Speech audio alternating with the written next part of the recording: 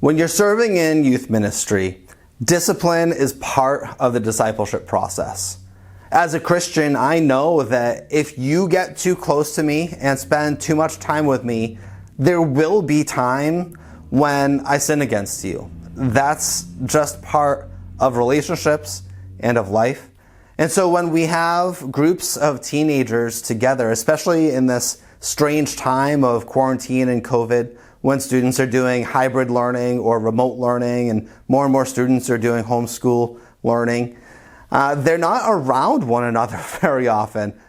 Being here at youth group and growth groups might be one of the few times in their week when they're actually with other people and with other teenagers. And so their behavior is going to be off the wall, the energy is going to be high, and the disrespects, unfortunately, will probably be higher than usual. They're going to talk over each other, they're going to talk over you, they're going to rip on each other and be sarcastic and rude, and sometimes they're going to just be jerks to each other. I hope that students can come and be who they really are. And when students are interacting informally with each other, that's an open window that you get to look into their lives and to see the condition of their real heart. Sometimes we can see students who talk a great talk, but then they treat one another with just real bitterness and not with love, and the way they talk to each other is contrary to the gospel. That tells you something about where they are in their relationship with Jesus. And if you come in and you just squash that and you lead with the law to conform them into little robotic Christian teenagers who just behave perfectly and make your growth group go conveniently for you, that's not real discipleship. Discipleship is messy and complicated, and a lot of your role as a growth group leader requires a significant amount of patience and mercy and love. And here's what I want to say. I want to say that we respond to student discipline issues the same way that God has responded to our sin. He invites us to grace and at the same time calls us to repentance.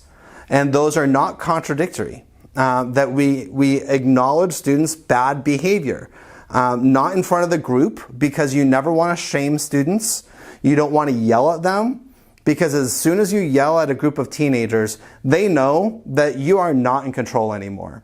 You're not in control of the group, you're not in control of yourself, and you're not in control of them. So you're yelling. Don't yell. Instead, just look at them and say, hey, we don't do that here. Right? We don't talk to each other that way here. That's not what we're doing. And graciously but firmly invite them into a better decision.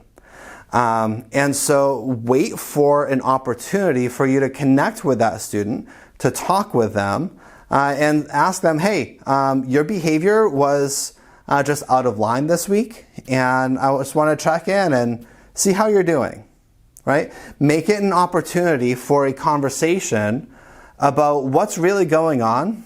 Maybe they were just kind of going crazy. Maybe their ADHD meds wore off or they didn't take them today.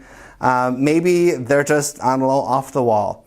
But if it continues, it's not always wrong to contact the parents, not with a rebuke, but as a genuinely concerned leader in their life, asking, hey, what's happening with Jamie? I noticed his behavior the last few weeks in growth group has been a bit off the wall, and I just wanted to check in and see how he's doing and how I can support him better, and if there's anything that I should be aware of that's going on in his life.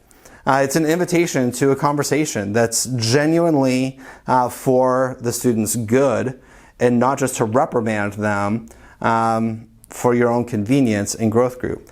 At the same time, we need to be patient and show grace and love and always giving students dignity.